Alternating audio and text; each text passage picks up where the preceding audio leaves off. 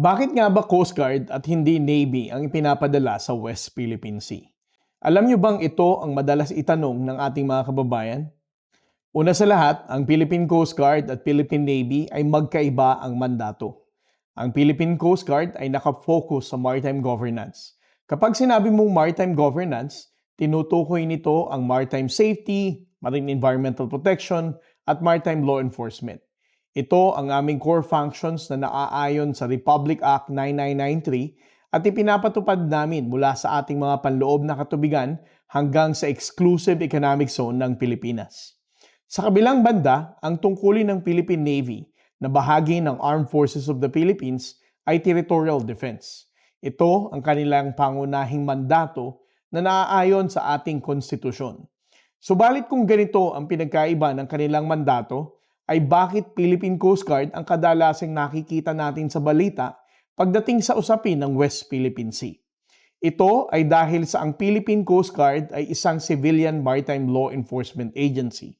Ang paglalayag namin sa ating mga katubigan ay itinuturing na non-military in nature. Kumbaga, ang presensya ng mga puting barko ng Coast Guard ay mas naaangkop sa mga sitwasyong nangangailangan ng de-escalation at ng diplomasya.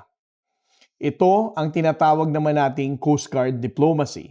Ito ay isang maingat at matalinong estratehiya upang mapanatili natin ang presensya ng Pilipinas sa ating teritoryo nang hindi nagpapataas ng tensyon. Ginagamit ng Philippine Coast Guard ang aming mga puting barko upang magpakita ng presensya sa ating katubigan sa pamamaraang hindi agresibo, hindi military vessel pero mayroong legal na otoridad. Tayo ay assertive pero hindi rin naman escalatory ang ating deployment. Ang pulisiyang ito ay naaayon rin sa regional norms sa buong rehiyon. Bukod sa Pilipinas, pati China, Japan, Malaysia, Indonesia at Vietnam at iba pang mga bansa ay umaasa rin sa kanilang white ships para sa pagpapatrolya. Layunin nating lahat na maiwasan ang mataas na tensyon at ang direktang military confrontation. Sa pagdideploy natin ng mga barko ng Coast Guard sa West Philippine Sea, malinaw ang ating mensahe.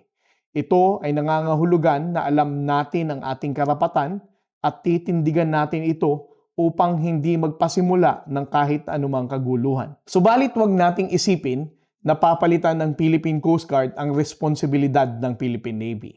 Dahil ang sandatahang lakas ng Pilipinas ay kahit kailanman ay mananatiling pangunahing ahensya pagdating sa pagtatanggol ng ating teritoryo, soberanya at ng ating mga kababayan na Pilipino.